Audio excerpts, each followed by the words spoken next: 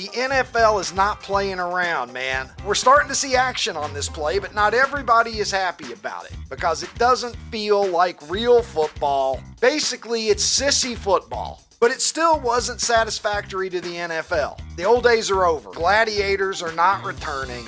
The number of kickoffs returned week 1 in the NFL was the highest that it's been since 2010. Let's begin with kickoffs. The NFL season kicked off last week, and we got 2 Monday night games tonight, and we'll be 2 weeks into this season. And one thing that you may have noticed is kickoff returns are way, way up this year. And it's been a problem for a long time in the NFL. The fact that they decided that kickoffs were the most dangerous play in the game. And so what we started to see is an emphasis on trying to functionally limit kickoff returns. And kickers are so good now. Every time, somebody made a 62-yarder somewhere, I think. I heard in the distance. Sounded like he got all of it. When I was a kid, 45-yard field goals were you crossed your fingers, sir. Nowadays, guys are coming in, they're kicking 58, 59, 60-yarders like they're nothing.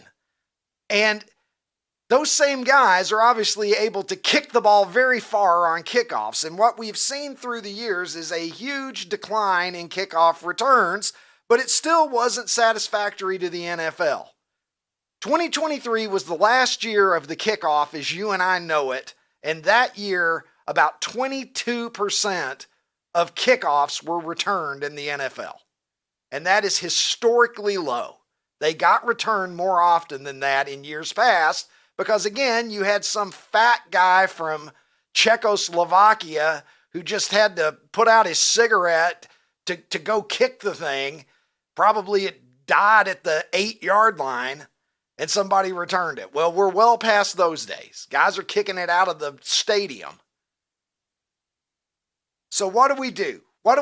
Even with 22% of kickoffs being returned, it's not good. It's not good enough. Too many injuries. We got the dynamic kickoff last year. You know about it. It's weird. Nobody liked it. But it only raised kickoff returns to 33%. So Roger Goodell and the boys went back into the laboratory. They adjusted the kickoff again. And through 2 weeks, we're north of 70% of kickoffs getting returned. In fact, the number of kickoffs returned week 1 in the NFL was the highest that it's been since 2010. So we're starting to see action on this play, but not everybody is happy about it because it doesn't feel like real football. And guess who weighed in? Yeah, he's got an opinion on every fucking thing.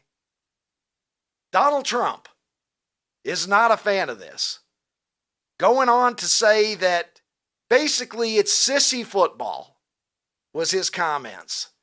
That it is not the kind of football that we want. He says that, quote unquote, it's the exact opposite of what football is all about. This motherfucker can't find something more important to address right now, apparently. Go run the country, Donald. Having said that, as somebody who grew up on real kickoffs, I'm inclined to agree with the president on this particular matter. However, I'm also a realist, and I haven't heard anything from the NFL, especially with all the CT knowledge that we have now, CTE, the concussions in the game. The NFL is not playing around, man. They are trying to do everything right. You've seen guys wearing the Guardian caps and so forth. I don't think the good old days are coming back, folks. And I have no problem with watching people get their brains scrambled for my enjoyment. I like boxing. I like the UFC. I like football. I like to see large men collide at high speeds. Especially when they know what they're getting into, and that's a decision that they're making for themselves. But the old days are over. The barbarians are not coming back. The gladiators are not returning. And I'm just glad that we're not getting a slew of touchbacks every game. If 3 out of every 4 kickoffs gets returned, even if it is this weird, watered-down kickoff that we have now, I think personally that I can live with it. Would I prefer to have the kickoff of my childhood? Yes, of course, but there's a lot of things that I would prefer to come back from my childhood, and they ain't coming back. You know, maybe if we could just, maybe we could limit the physical fitness of kickers again, and that would help. You know, this wouldn't have been a problem if kickers hadn't gotten so good. That's part of the issue. I liked it better when kickers looked like they were struggling just to get through life. Can you imagine? We need somebody to kick field goals in the NFL at the highest level of the game. Can you find somebody for me?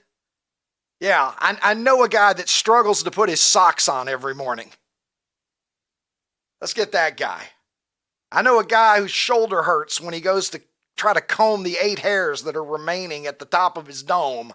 Let's get that guy to kick the field goals and the kickoffs and whatever else and what have you. This episode today, my friends, is brought to you by Prize Picks. You and I make decisions every day, but on Prize Picks, being right can get you paid.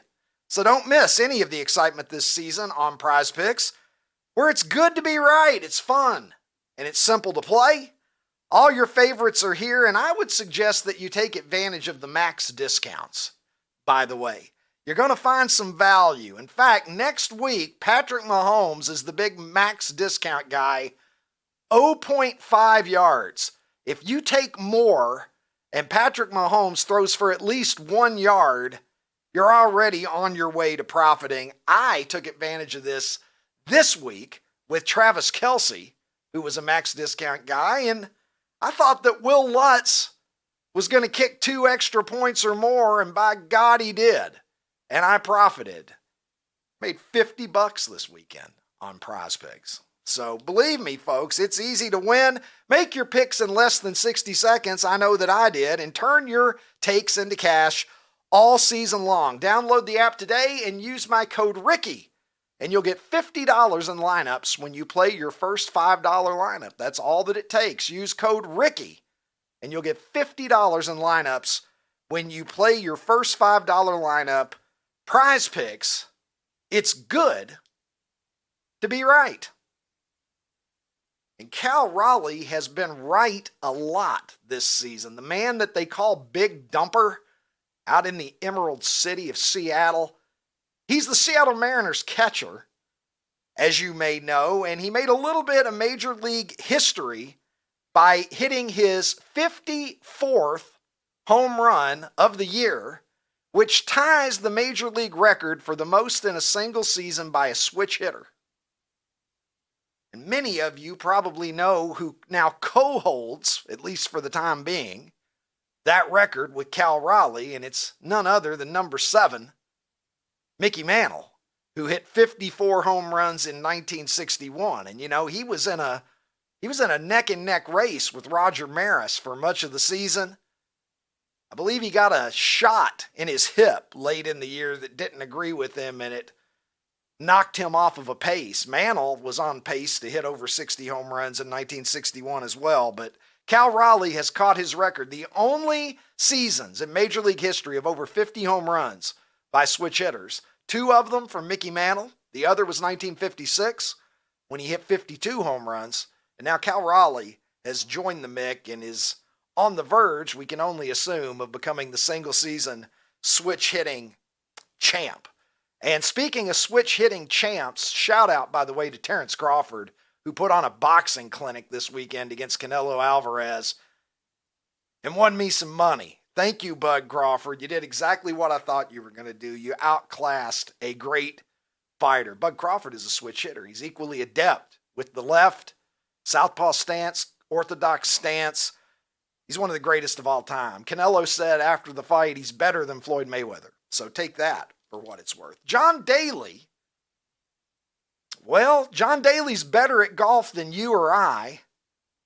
But, this weekend, one of the all-time John Daly moments where Daly's gonna Daly. And we don't have footage of this, unfortunately. This is like, in modern times, we have film on everything that happens, it seems like. So it's almost kind of refreshing in a sense that the legend can grow here because there is no footage of this that is surfaced. There may be no footage of this. John Daly playing the 12th hole this weekend on Friday at the Sanford International is what it's called. It's a Champions Tour event. John Daly, get this, guys, made a 19 on the par 5 12th hole. Details a little bit unclear here. The AP saying that John Daly did not immediately respond to a phone call and a text. You imagine being John Daly, you get the text or the phone call from the AP. Is this John Daly? Yeah. So, heard you made a 19 on a par 5. Could you walk me through that? Tell me everything that went wrong. Get this, guys. Based on the shot-by-shot details that we do have, he hit his tee shot into the rough and then hit the next 7 shots into a hazard after that. And I don't know if that's a water hazard. I don't know if that's out of bounds. I'm assuming it's water. I don't know. The AP story is unclear.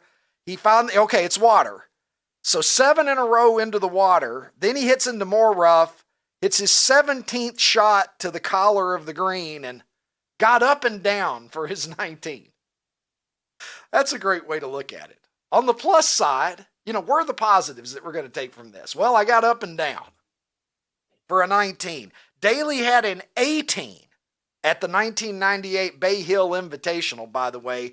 This is the all-time high score on a single hole in the history of the Champions Tour, a.k.a. the Senior Tour.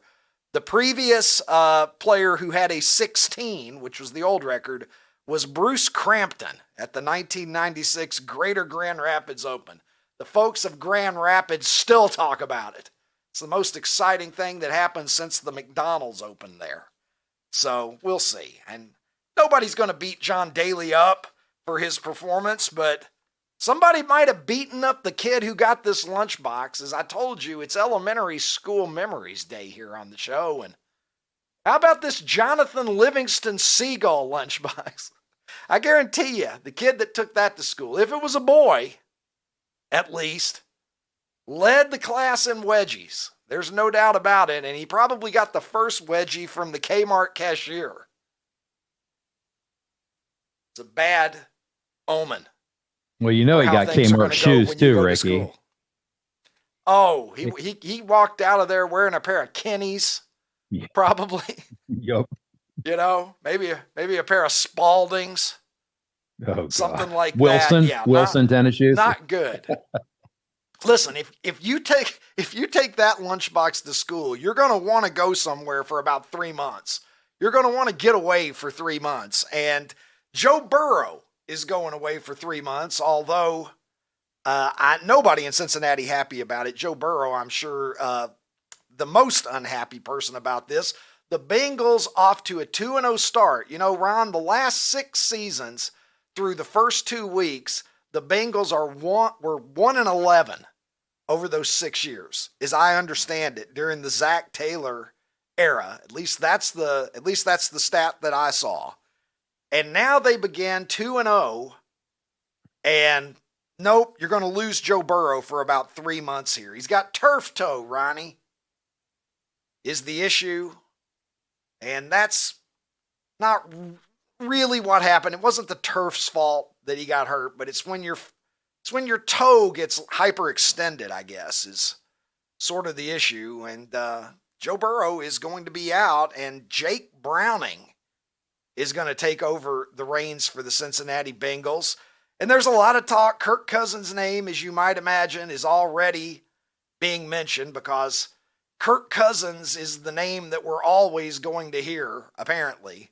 As long as Michael Penix Jr. is healthy, anytime there's a team in the league that needs a ready-made, solid quarterback to come in and try to keep their season afloat, you're going to hear about Kirk Cousins. But Jake Browning here, I will say this, Cincinnati fans, all may not be lost. Jake Browning has 7 career starts in the NFL. And they all came in 2023. And he went 4-3 with a 70% completion rate and a 98.4 quarterback rating. Which is pretty fucking good, actually. So, maybe you don't want Kirk Cousins, Cincinnati. Maybe you'll be just fine with Jake Browning. I sometimes look to my co-pilot's seat and wish that I had a famous celebrity there, but then I look and I see Ronnie T-shirts and I think, I think I'm actually fine.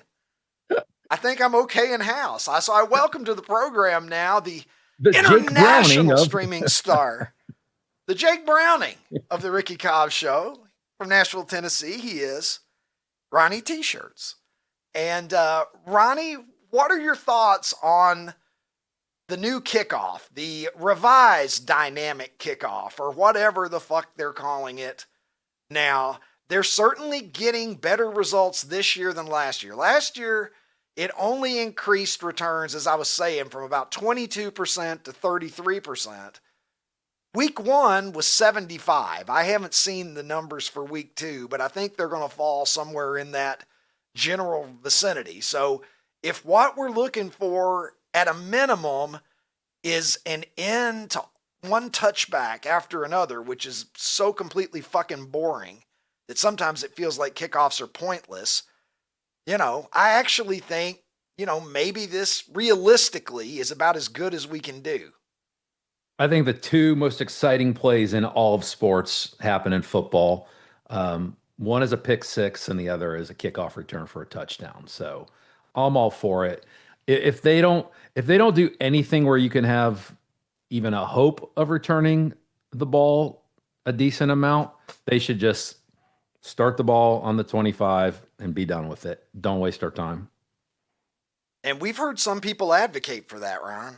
So, when Trump comes out and says this is sissy football and whatever, this is, it's what he does. He's got an opinion like all of us. And his opinion doesn't sound a lot different probably than mine sounded last year around this time when I was watching the first dynamic kickoffs and thinking, this isn't football. When you've been watching football from the time you're a kid and you're in your 50s, and then all of a sudden you turn on an NFL game and you saw the dynamic kickoff last year, I don't think that there's very many of us that it sat great with. Now this year, it actually seems like they've improved it. I don't know if Trump commented on it last year or not, but this is definitely better than 2024. And to be honest with you, really, if you go back to 2023, would you rather have 75% of these kinds of kickoffs returned, or would you rather have 22% of quote unquote real, manly, the way that God intended it kickoffs? I almost think I would rather see more action, even if it is a little fucked up. Yeah, I think I agree with you. Yeah, I do. Listen, this is, again, we talk about this with other things. Yeah, it's hard for us to look at right now because we're used to what we're used to. But 50 years from now, somebody would look at the kickoffs that we grew up with and said, what are they doing? Right. So it's all about the moment. Right. It's all about the moment. Yeah. A lot of it is what you're used to, but again, I'm just being a realist. And I don't even know, even if they did bring back the real kickoff, I would want to see them move the kickers back 10 yards. Mm-hmm. I agree. Have them kick off from like their own 20 or their own 25 or something, because they can just kick the ball so fucking far now, Ron. Or if they left it there, they could add a new rule that if you put it through the goalposts, it was worth a point. Now that would be exciting. If on the right. Ooh, then single. I'd watch it. The NFL's version of a single. Like the Rouge in Canada. Yeah, I think that would be fun. Yeah. Ron, that's kind of exciting. Make it suddenly a touchdown can become an 8-point proposition. You get the 2-point conversion. Maybe it's a 9-pointer. Mm-hmm. Ooh, that's the first time I've ever heard anybody say that, Ron. It would be fun. That's an interesting idea. You just added a wrinkle here. What do you think about Long John Daly posting a 19 on a par 5 this weekend? I'm not the worst golfer in the world, but I'm probably in the conversation. And I don't think I would get a 19. No, never. You go out there with your 7-iron, My 6 7-iron, or my 7 putter. solid 7-irons at Yep. most. And Yep. then you'll put that shit out. Yeah. I've never made a 19 on a hole. You know Yeah. what I mean? I don't know what the highest score I've ever made on a hole is. I probably most times in my life, I picked it up if it was going to be 10 Sure. or more. But I can't think of very many times that I ever scored double digits. I might have made a couple of 10s through the years or something. Like I don't remember it getting very much out of hand. I almost feel like this must have been a 10 cup situation. Like he just decided, what the fuck? He's Hacking at probably it. drunk, Just hacking and at it. he's just like, fuck it. I wonder if I can get it over that water. And then he was just going to sit there all day until he ran out of balls, eating peanut M&Ms and drinking Diet Cokes, and just probably wasn't wearing shoes. That's why we love him, Ron. By the way, Ron, I got a couple more quick NFL things here I want to mention, and then we're going to get into some elementary school memories. Okay. One is that Carson Wentz is going to be starting week 3 for the Vikings. J.J. McCarthy out with an ankle injury after just absolutely shitting the bed week 2, Jared. Jared and I haven't talked about it, but week 2, the first 3 quarters, now you got to ask yourself, we're 2 weeks in. All right. He had a great fourth quarter in Chicago. He had a rough first 3 quarters. He had a rough week 2. This is why you don't give a 14-3 team to a guy who's never taken an NFL snap. And it's nothing against J.J. McCarthy. He's going to have the normal growing pains that 90% of rookie quarterbacks have. Peyton Manning had 28 interceptions his rookie year. I don't care who you are. There's Troy a learning Aikman, 1 in curve. 15. Yeah, exactly. And yes, you can say, well, what about C.J. Stroud? Well, yeah, I know. It's those exceptions that lead teams to get all starry-eyed and think that, well, we've got one of those guys. There's just enough guys that come into the league, Jaden Daniels, guys who come into the league and it's just like, oh, this motherfucker thinks he's still in college. But for most guys, that's just not the case, and I don't know what they're going to do. Carson Wentz, we'll see how he plays as a substitute. And one other quarterback piece of news here, Ron. Shedeur Sanders, did you see where Adam Schefter reported that the Ravens were prepared to take Shedeur Sanders 3 spots ahead of the Browns? And Shedeur allegedly, John Harbaugh would not comment on this. The Ravens organization hasn't commented. But according to Adam Schefter, Shedeur said, don't draft me. I don't have any interest in sitting and growing moss on my ass behind Lamar Jackson. I don't blame him. Can't say I blame him either, because what future do you have? 0. How old is Lamar? Lamar's young as hell still, right? He's like 26 or something. He's Baker Mayfield's 27? age. Yeah. He's already got a couple of MVPs. Oh, gosh. That's going to be a long wait. Yeah. So Shedeur wasn't interested in that. But anyway, Ron, so that's kind of where things stand for the Bengals and the Browns and the Vikings. And back in the day, I have a feeling that the Buffalo Bills was your choice when you took a look at what weapon you were going to unsheath for the big quiz or the big test in elementary school. But no matter what team you picked, it's just a fucking fact that the pencil that you chose, the NFL team pencil that you chose, it definitely affected your knowledge as you were taking quizzes and tests. Without question. Isn't that just the truth? Without question. Did you have a pencil machine at your school? Because we did. We could throw a quarter in it and we'd have no idea. Put that thing in, click, click, and a pencil would roll out. And you had no idea what you were getting. And we did not. Did you have NFL team pencils at school? Yeah. Yeah, we had a pencil. Did you go to school in heaven? You had a little pencil machine and your school stocked it with NFL pencils? Yeah, I mean, it was a huge moneymaker for them because, I mean, what did a pencil cost? Do you know how fucking lucky you were? Did you go to elementary school at Butt Fuckingham Palace? I mean, my whole childhood fucking sucked now, and I just realized it right now. No, I had to buy them at, Kmart and shit. No, it was middle school. Pleasant View Middle School was and yeah, Pleasant View Okay. Middle School had the little machine, and we just popped that quarter in and outrolled a an NFL pencil. Well, it's sort of like the helmet machine, only Mm-hmm. only the pencil version of that. And you'd have Yep. pencil fights.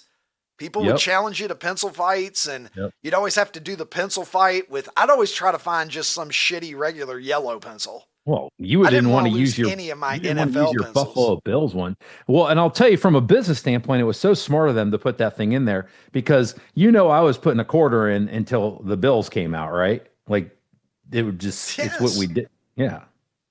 yes. I would never use the Buccaneers. I would never use the Oilers.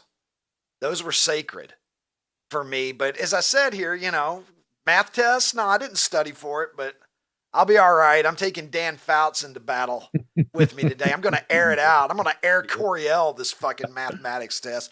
And you'd Yep. sharpen them on one of these, Ron. I mean, I think we probably share in common that we remember these sweet bastards. Absolutely. And you can just hear the fucking sound. I mean, you can hear it. You can smell it. Smell it. You could smell it. Yeah. Just soak it in. Oh, Dude, how yeah. about and then But that how sound, satisfying like right now, I can hear the sound. Some kid I mean, grinding. how satisfying was grinding a emptying it pencil. out and seeing all those pencil shavings in there too? Like, oh, everything about that. Yeah. Yeah. It was a feast for the senses, Ron, is what it was. And those NFL pencils were quality pencils too. Oh, only the They had finest good wood. leads in them. Oh, finest wood. Yeah. Too. Only the finest number two. Only the finest number two wood, Ron. And no, it's the lead, I think, that's the number two. The graphite. It's actually graphite. Graphite, For correct. those of you scoring at home. How about this, Ron? Did they ever come to school and, well, I was going to skip ahead of that, but you can take a look at these as well. What are you going to do with the pencils? You're going to put them in a cigar box, of course, because that's just how that works. I don't Did even. you have a cigar box for your pencils when you were a kid? Yeah, where did I get cigar boxes? My dad didn't smoke cigars, yet somehow I ended up with a cigar box. Like I don't even know where it came from. My mom didn't smoke. I had a cigar box too. Then they would make pencil boxes.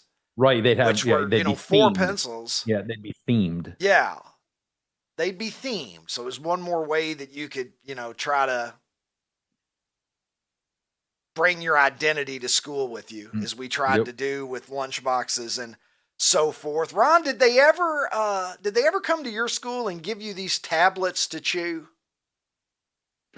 See, I wouldn't do that right now. Oh my gosh, I'd be so embarrassed probably right now. Motherfucker's gonna get a case of pink mouth right here on Outkick for everybody to check out. But yeah, they would bring those in, and I guess it would stick to the crud on your teeth.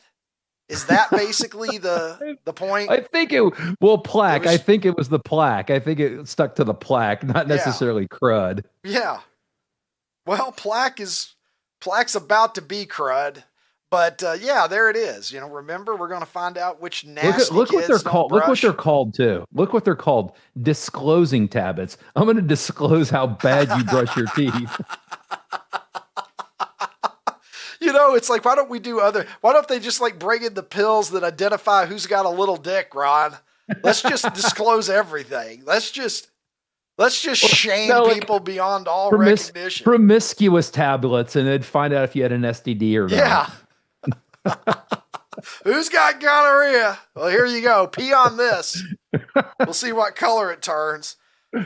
Here's one, Ron. I used to like to do this during class, and I know that I wasn't alone. You get that Elmer school glue, and you just get some caked on your fingers, let it dry, and then you peel it off and look at your fingerprint on it like it's dead skin.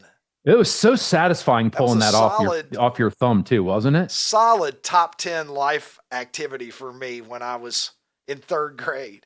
Yeah, it was satisfying. Yeah, dude, you mentioned this. You mentioned this last week. This is why Super 70s works so well is we all have these shared experiences. I know there are people out there right now watching this and they're going, yep. Like we all did these things. these are the things that we did, damn it. And then after we got the glue off of our fingers, and maybe even before we took the glue off of our fingers, we'd go to lunch and we would look for the Dom Perignon of elementary school lunchtime beverages, the chocolate milk small carton, Ron. I can't remember. Was it more expensive, or was it just a special thing that was like maybe once every few weeks? I can't remember. Was chocolate milk an option, but you had to pay more? I think they had it all the time, but you had to So pay extra we for knew it. the rich kids. We could tell who the rich kids were. Yeah. Yeah, the rich kids would be over at their table and they would be like, look at the peasants, Chauncey. Pinky up. Sucking their Pinky milk. up. Yeah. Look at the poors over there drinking their whole milk from the red carton or whatever we had. I can't remember if it was red or blue. Yeah, white milk. That's great for the proletariat. Here's one for you, Ron. Take a look at this. Here's something that I think is getting lost, man. I talked to my kids about this. Cursive writing is on the way out. They're not emphasizing this the way that they used to. And I tweeted that, thank God that I was prepared for the information age by learning how to write like a 19th century aristocrat. Still can't figure out why that uppercase Q is like the worst, dude. Q is the worst. Yeah. What the fuck is that uppercase Q doing? Do you write in cursive at all, other than your signature? Other than my signature, I do not. Although, if you said, "Hey, Ricky, write something in cursive," I could do it. I mean, Yeah. I remember how.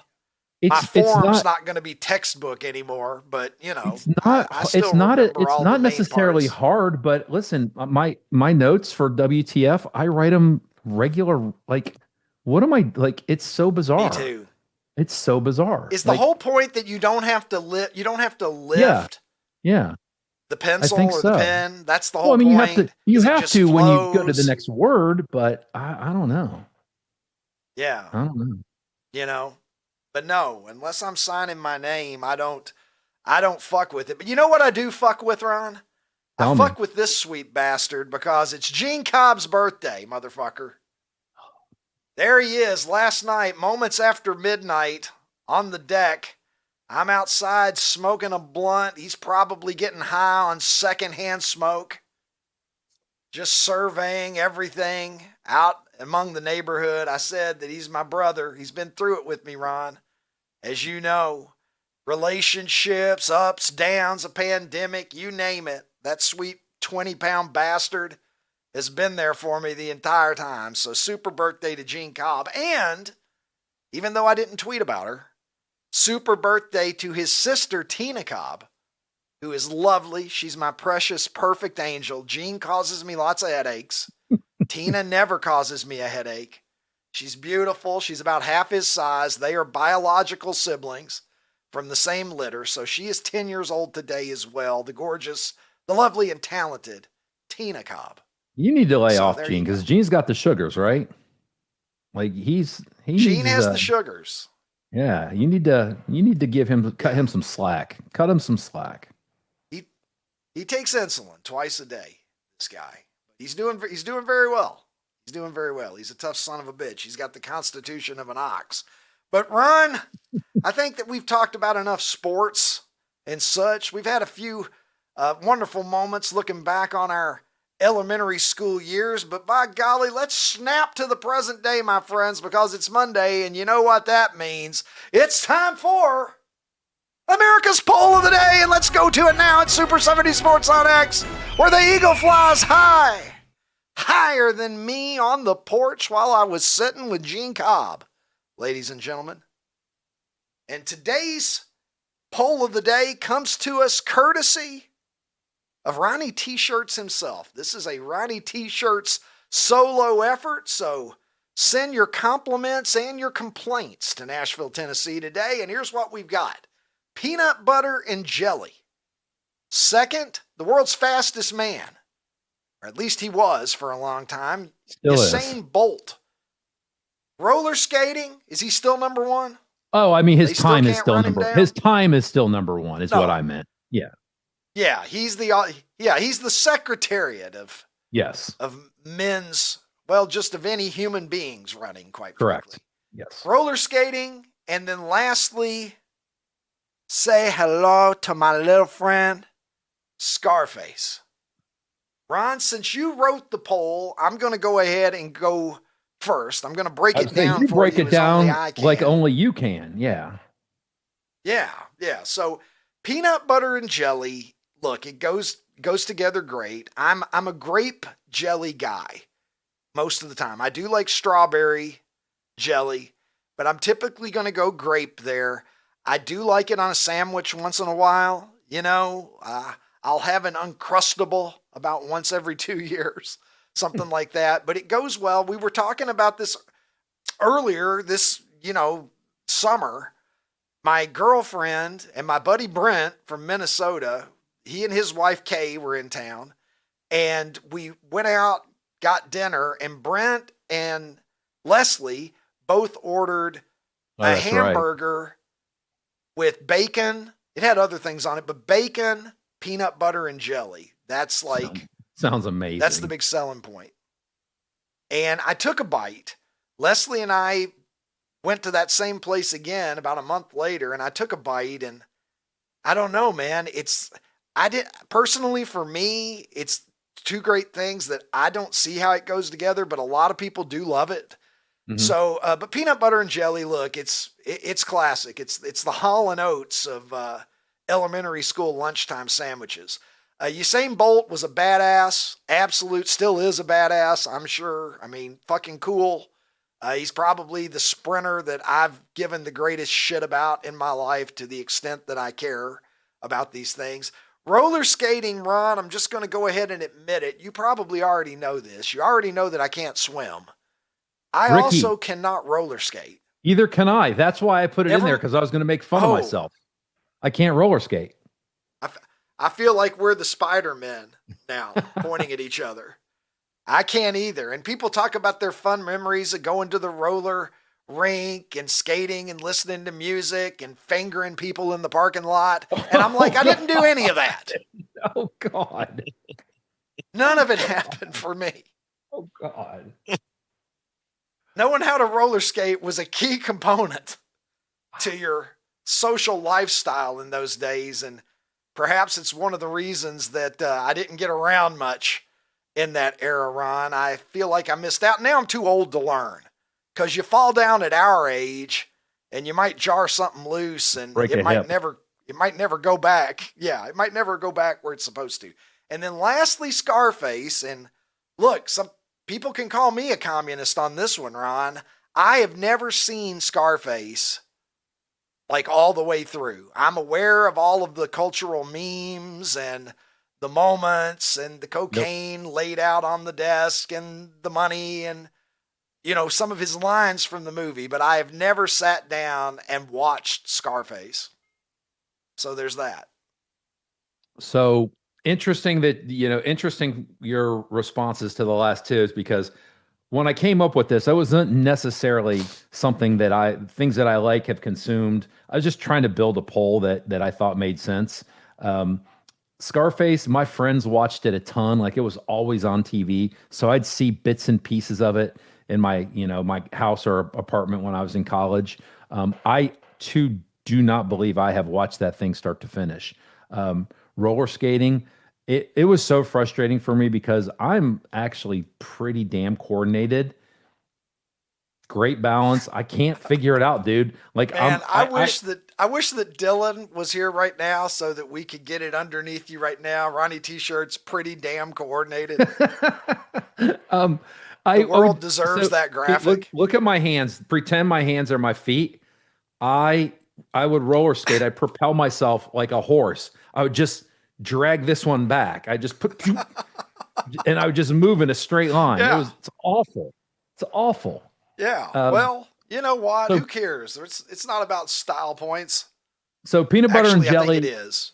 But. So yeah, it is. Peanut butter and jelly. You ever see the videos like on TikTok, where the people who are doing the real smooth roller skating and they're kind of choreographed and dancing and skating in unison. Oh, they're so cool. They're so cool. Like Dude, that movie Roll Bounce. The coolest part is when people do that thing where like they spin and then they turn around and they go backwards for a while. Yeah. And they're all just like, you ever see the movie Roll Bounce? Yeah. Did you see the movie Roll Bounce? That'd be the best part. T.I. was in it. Roll Bounce. Well, as much as you would think that I would ordinarily, I watch every T.I. film, Ron, but I missed that one. Okay, so peanut butter and jelly made this one because I actually last night, as a little last night of carbs treat before I went to bed, I toasted an English muffin and I put peanut butter and grape jelly on it. And I will tell you, I love peanut butter and jelly, but I love it more when the peanut butter melts. That's like on toast, when it's on something hot, it's so much better. All right, Ronnie, well, let's not. Well, no, I haven't talked about Usain. I haven't talked about Usain. Oh shit, I'm sorry. Well, why don't you go in order, Ron? That's what confused me. It's my charm. You're batting out of order here. Okay. Usain Bolt to me was the equivalent to some of the big fights in the 80s and 90s when Usain Bolt was racing in a big race, the Olympics or the World Championships. It was must-see TV, and you could feel the electricity coming through the TV screen. So my vote is actually Usain Bolt. All right. I can't vote for roller skating because I don't give a fuck. I can't vote for a movie that I've never seen. Usain Bolt is awesome. I don't eat enough peanut butter and jelly to go against Usain Bolt, so I'm going to vote for Usain Bolt also. He never ruined a hamburger that I'm aware of. So let's go ahead and light the candle here and see what we've got, folks.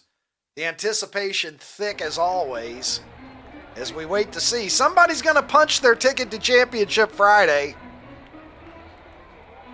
We can only guess. I got a feeling it's going to be PB&J, Ronnie. Oh, God. And there you go. Well, Usain Bolt finally found a race that he's not going to win. Or finish second. As he's limping in third behind, he's coming in behind Peanut Butter and Jelly and Tony Montana today. And roller skating, I think roller skating is moving along about like you on roller skates, Ron.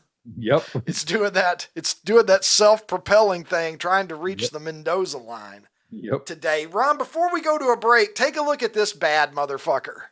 Every class had somebody in it that was the baddest motherfucker. We all know that. Oftentimes it was a kid that had been held back a year or two. But check out this young sweet bastard. Ready on photo day wearing his Schlitz shirt. He only had a few shirts. All the other ones that were dirty also said Schlitz. Yeah, that's what I'm saying. He looks like a young John Gruden. He looks like he's like, man, tell me about take me through your progressions, man. Are you sure it's not? I don't know. He needs if he was wearing a visor, he looks a little bit like John Gruden to me. I'm not gonna lie, Ron. But I think it's time for us to pay some bills and take it to a break right now, and for me to catch my breath. When we come back, we got a lot more good stuff for you. Dan Campbell's awfully happy, and why wouldn't he be after putting 52 on my Chicago Bears? We'll talk about that and a hell of a lot more straight ahead right after this right here on The Ricky Cobb Show. Football's finally back. So's the hard-hitting gridiron action on Prize Picks. Download Prize Picks and use code OUTKICK and get $50 instantly in lineups when you play $5. Must be present in certain states. Visit prizepicks.com for restrictions and details.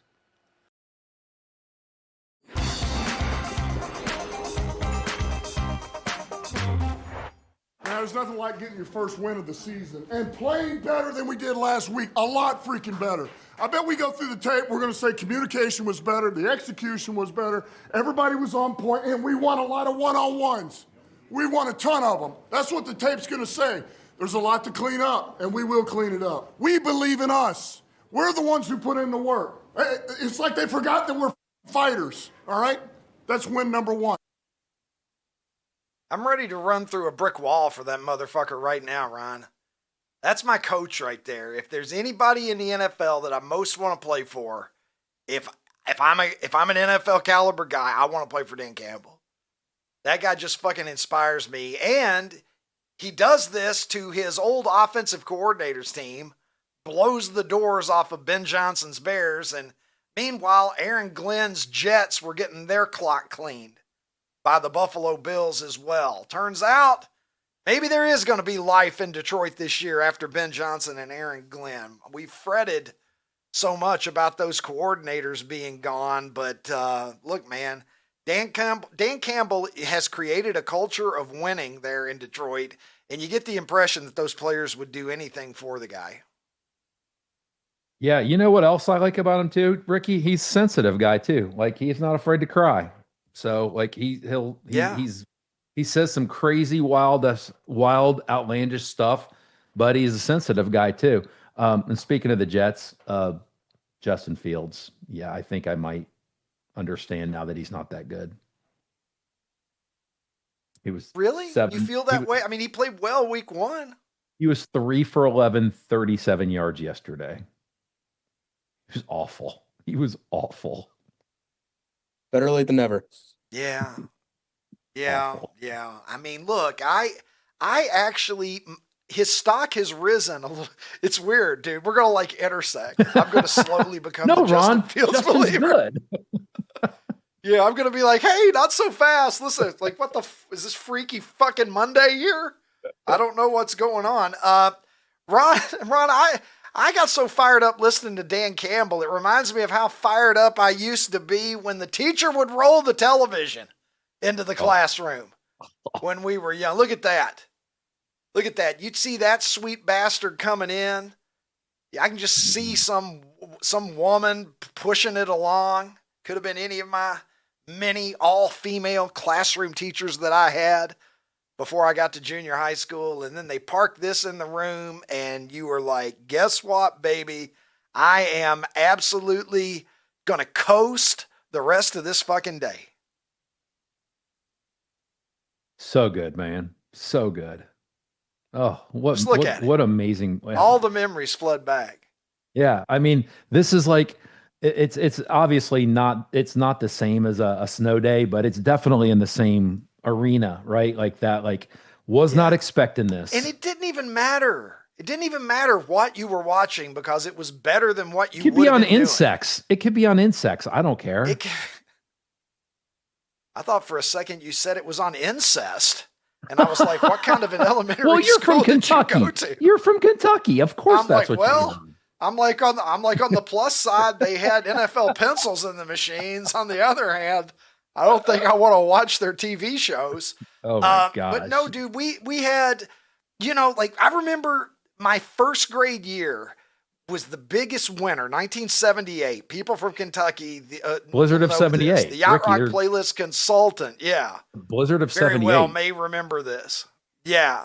And we had to do makeup days on Saturdays in order to not have the year go ridiculously long. And I remember in first grade, when we would go in on Saturdays, they took mercy on us and they let us watch cartoons. They and just give you a bowl of cereal too? In first grade. They should have. Damn it. That's a lot to ask for a 6-year-old to drag out on a Saturday. I mean, that was our only chance, man, was Saturday mornings. And I remember we watched the Harlem Globetrotters in the classroom. So I had that going for me, Ron. Another thing that brought a lot of joy, I know, to you and me and a lot of other people of our era was this. The Scholastic Book Fair, Ronnie. The best. Where we would Absolutely pick out the best books that we wanted, and then sometime down the road, I don't know how much, it felt like it took forever. I don't know how long it was until we actually got the books. It might have been forever, 4 weeks. Right?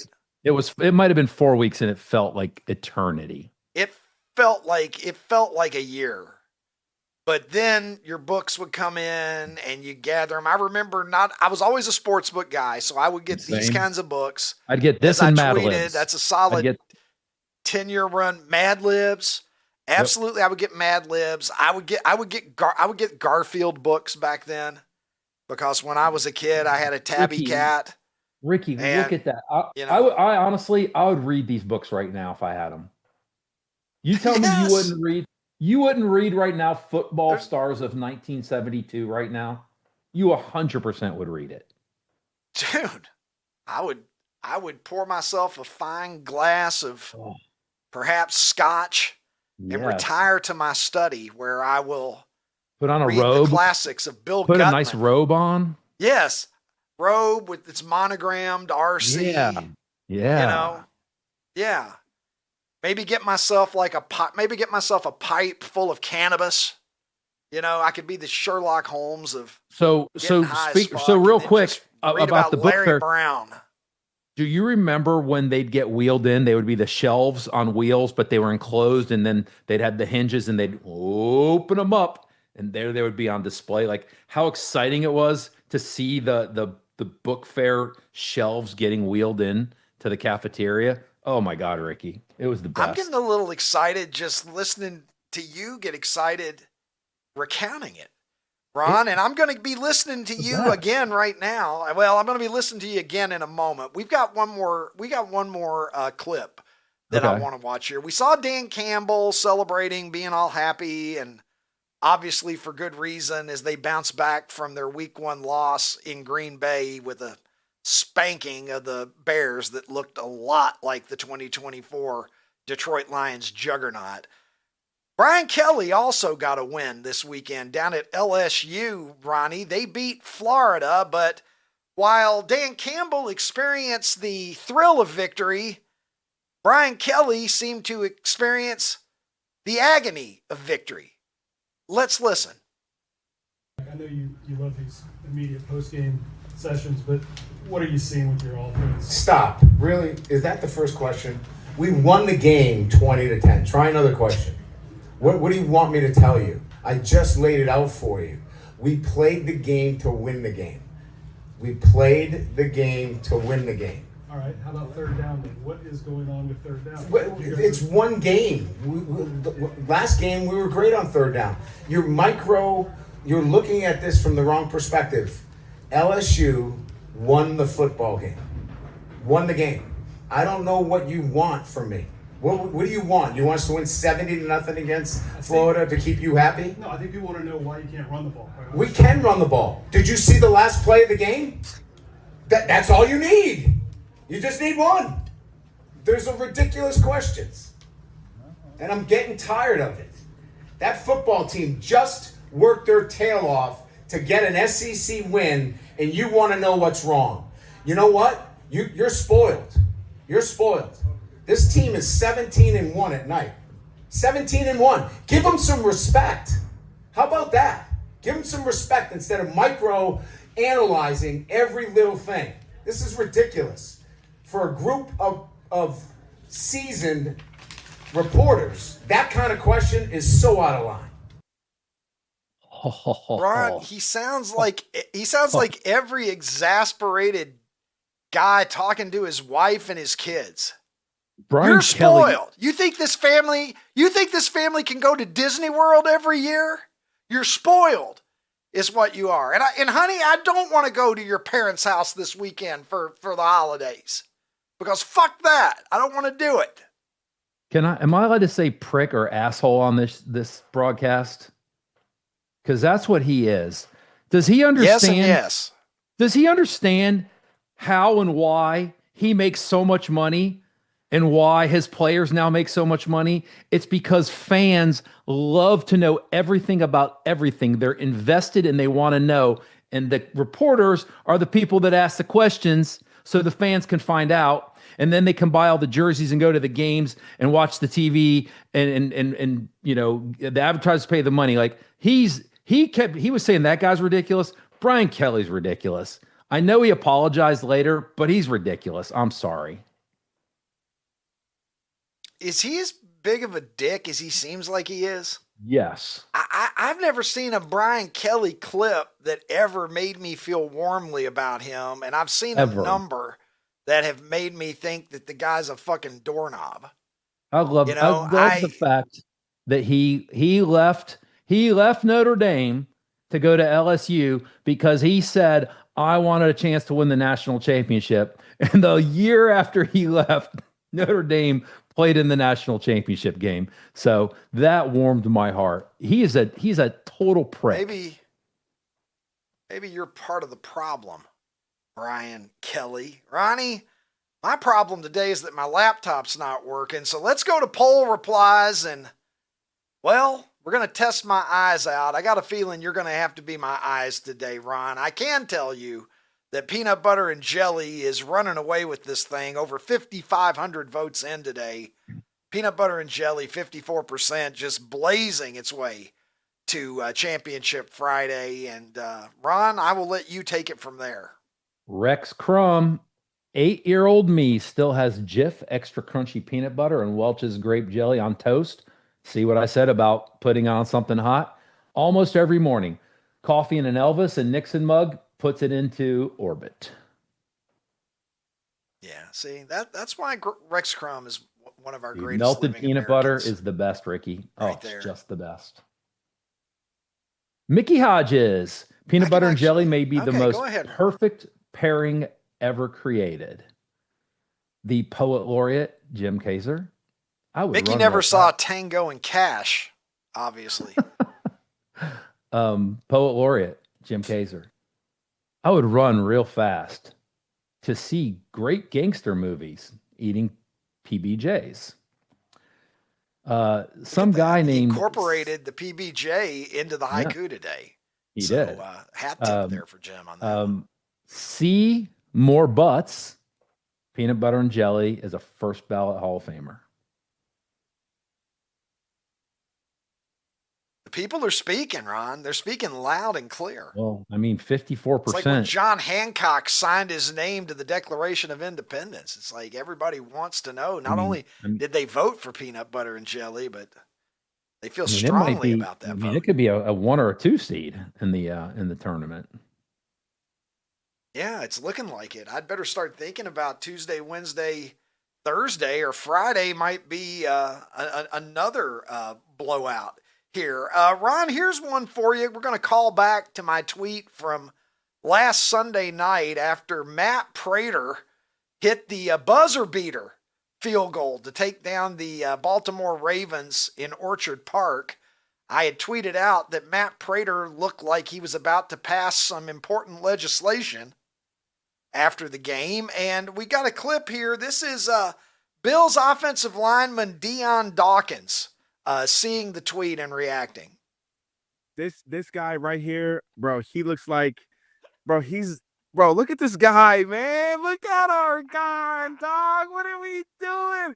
Yo, I'm telling you, bro, he's one of the coolest, most humblest guys. It's just amazing what this league can do, right? It's just amazing what this league can freaking do. This guy has the skinniest legs on the planet and comes in and makes the game-winning kick. And he's old as smoke. I love him to death. I'm glad that he still got it. He just put something else in his history book of being a legend. I'm thankful for him. I'm glad that he's here. And like I said before, let's keep his old ass in Buffalo because he has done a good job. And depth is what we need. And I'm glad that he's here with us because look at the form. Now, see, there's an endorsement. After you play your first game with Buffalo, coming in as a 40-something, the quarterback, the offensive lineman says, "Let's keep his old ass in Buffalo." So that's pretty good stuff, Ron. And Matt Prater coming in and doing that might make some people ask this question, but I'm going to ask you this question about other things that only you know, and that I am merely your student today. We've talked a lot about elementary school. Well, Ronnie T-shirts, you're the teacher and I'm the pupil because I'm about to ask you, what the fuck, Ron? So, Ricky, one of your favorite days in elementary school was pizza day, right? If you were in Brazil, I think you might change how you feel about pizza day because there's a pizza that is loved in Brazil. It's called Tanajura pizza. What do you think that is on that pizza, Ricky? It looks like some type of forest animal droppings would be my guess. It's an ant. It's ants. It's the Tanager ants. Ants? Yes. They're ants. What? They're ants. They see, this is where not having a laptop is not helping me. Are they they're huge ants. They're huge. They're huge. They're the specific kind of ant called the Tanager ant. They are nutty tasting, somewhat like a combination of cornmeal and peanuts, is what the internet has told me. That is vile. Listen, I was in Mexico City. That doesn't sound good on pizza, regardless. I was in Mexico City, and we got something to eat at this counter in a market, and the girl there convinced me to try a cricket, and I did it, and it was gross. But I did it because I was there, and I like to experience the culture of other people when I travel. I would not do that pizza. That was vile. I ate grasshoppers with a little chili pepper on them at a Seattle Mariners game. Yeah. They just gave you a little container of crusted up dead grasshoppers that had been whatever they did to them. They sprinkled a little bit of chili seasoning. I don't know. I probably ate 10. Oh gosh. 10 or 12. They're not that huge, but what got me, bro, it wasn't that bad for me. It was kind of like, I can say I did it, whatever. Right. That's why I did it. It was like a novelty factor. But like an inning later, I was like, I felt something in my teeth, legs? And I gave it one of those. It was a fucking grasshopper leg, bro. And I was like, okay. It comes with dental floss. It's just like the dental floss is part of the meal. Yeah. Bring your own. So for our second story, kind of it involves food also. So we're going to go to the Médoc region of France. There is a marathon there that they do every September. So they just did this one like last week, September 6th. Like I said, it's held every September, and it goes through the vineyards of this Médoc region. And what sets it apart from other marathons, Ricky, is it's got 23 stops along the way. So 26.2 miles, and they've got 23 stops where you either drink some wine or eat some food, anything from oysters to cheese to steak. And they also have you dress up all silly. Could you imagine, first of all, I could never run 26 miles, but could you imagine drinking wine and eating food along the way? How many people actually finish would be my question. I don't know how many people finish. There's got to be a lot of people dropping out. There's a 6.5 hour time limit. Well, good luck. I'd probably be struggling to do it in 6.5 hours, even if I didn't drink wine. Ron. I don't think that I could, because things that people do for fun, So Ricky, I've got a lot of steps in today. I already have 14,000 steps in today. So that's like 7 miles. You motherfucker.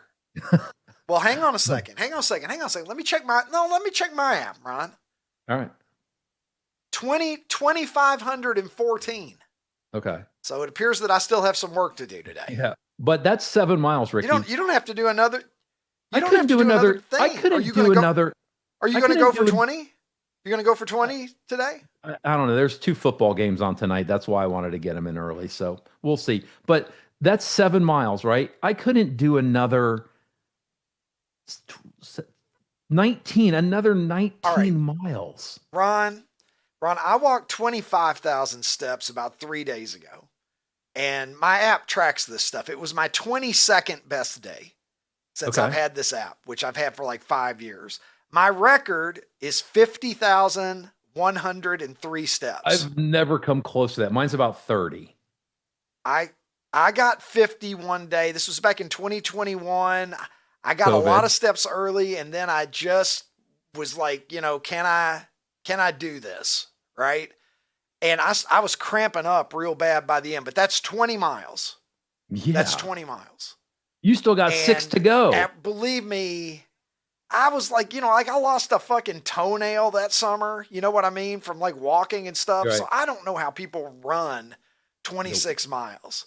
Nope. It's a level of fitness and endurance that I am not familiar with. Ronnie, let's take a look at our NFL picks here. And not such a great week for me, but a good week for you, buddy, is you go 3-1 this week here. Your only miss was on that Steelers Seahawks game. And of course, Caleb Johnson letting a live ball settle in the end zone so that Seattle could recover it in the fourth quarter did not do you any favors, Ron. Yeah, it didn't. And that play didn't look like it was a brain fart. It looks like he just 100% assumed, oh, well, it's fine. It's no big deal. Somebody didn't teach him the rules. That was the problem on that one. He did not know the rule. That is very clearly true. I told you, I'm glad I didn't put my money where my mouth was. I told you that I thought the Bears were going to keep that game within 6.5 points. Boy, they did in the first quarter, didn't that. Yeah, for a few minutes, it looked pretty decent. And then, we said that Patriots-Dolphins game, I mean, this is the second game of the Mike Vrabel era, but we talked about it and we said that this is really more a referendum on the Dolphins than anything. And you said they're a dysfunctional mess. Yep. And you profited from it because the Patriots go down to Miami and they went on the road. And obviously we were both right in our summation that the did you see what Baltimore very Ravens uniquely would happened take care of business. And very uniquely happened in the Patriots game. There was a punt return for a touchdown, and then the ensuing kickoff was returned for a touchdown. So within that's exciting. 2 seconds. Probably would have been a touchback if it had been the old 2023 and before rules, Ron. That's true. How'd you do in your picks, Ricky? I'm not that against it. Oh, I bet you would love to know, Ron. And let me tell you, I missed everything except for the one that we both got right. So, disappointed in the Broncos. That's a game that I think the Broncos should have won. I think Daniel Jones maybe good? The Colts. Is Daniel Jones good? Maybe. Look, I predicted that he would be their starting quarterback, but he looks good. He looks good so far. So we'll see. I still believe in the Broncos, but they didn't quite get it done, losing by a point there. The Chiefs, again, they didn't quite get it done either, losing by a field goal at home. And then the Titans look like they might make me look good for a while there. I was feeling pretty good about that when the game was tied. And I was like, I think I like that. And then, of course, it fell apart for them and the Rams got them. So not a good week for me. You are now 5-3 on the season. I'm 3-5. Early, and Ricky. I just will I will remind myself that last year I started 6-10. I was 6-10, and then I flipped that around, and I think I went 30-20. I think I went 30-20-2 after that, something like that. So, so I figuring out the NFL is I went 34-20-2. I had a strong finish, so I'm hard. A couple more of these 1-3 weeks, and I'm going to need another strong finish this year. Every week is so hard to figure out in the difficult. NFL, man. Yeah, it's so hard. It's very, very humbling. But the only thing that I had money on this weekend was Bud Crawford and my prize picks. I was going to say, and I did you buy came up a yourself something winner pretty? on both of those. You buy yourself something I'm pretty? I booked my hotel. I booked my hotel room for Las Vegas last night. You do a little upgrade because you won? Paid for it. You do a little upgrade? Terrence Crawford paid for it. Yeah. So he did exactly what I thought he was going to do, Ron. You probably didn't fucking watch it. But he did exactly what I thought he was going to do. Hold on. Lori goes, what are you doing? You don't like boxing. I said, we talked about it on the show. I said, I want to watch it. And dude, I couldn't stay awake. I just kept, I was watching all the pre-fight stuff. Yeah. And then it started and I'm like, I can't do this. I'm so tired. Well, they didn't get in the ring until probably 11 o'clock or something. Yeah, that's Central Time though, Ricky. That was Central Time. Imagine the East Coast people. Yeah. It's late when they get in the ring for these matches. But he did exactly what the scorecards were too close. I had it 9 rounds to 3 for Crawford. One judge had it 8-4, and 2 other judges had it 7-5. I don't think there were 5 rounds to find in there that Canelo won. But anyway, a nice little, a nice little salve for me to put on the burns that I got from my NFL picks this week, because that didn't go very well. All right, Ronnie, thank you as always, my friend. Thank you for being my eyes today as well, Ron. My thanks as well to Molly and Colin in Nashville, to P.A. Jared for doing some heavy lifting on today's show, and of course, the finest producer in the business, Producer Tim. But most of all, I thank you, you sweet bastards, because you're the reason that I do this. You put me in this chair, and I love you guys. You can find us, as always, at Fox Nation, outkick.com, and YouTube. In fact, specifically, you can find us on YouTube at The Ricky Cobb Show. That is the name of our new channel. So please go in there and subscribe, and that way you won't ever miss anything that we post. If you enjoy consuming us in podcast form, you can do that on both Apple and on Spotify. And you can also find our content on Facebook, Instagram, TikTok, and X. And of course, you can always find me on X at Super70 Sports. So let's make a deal, my friends, to enjoy the rest of this Monday and meet right back here again on Tuesday, when we will once again, like John Daly, tee it high and let it fly with another episode of The Ricky Cobb Show.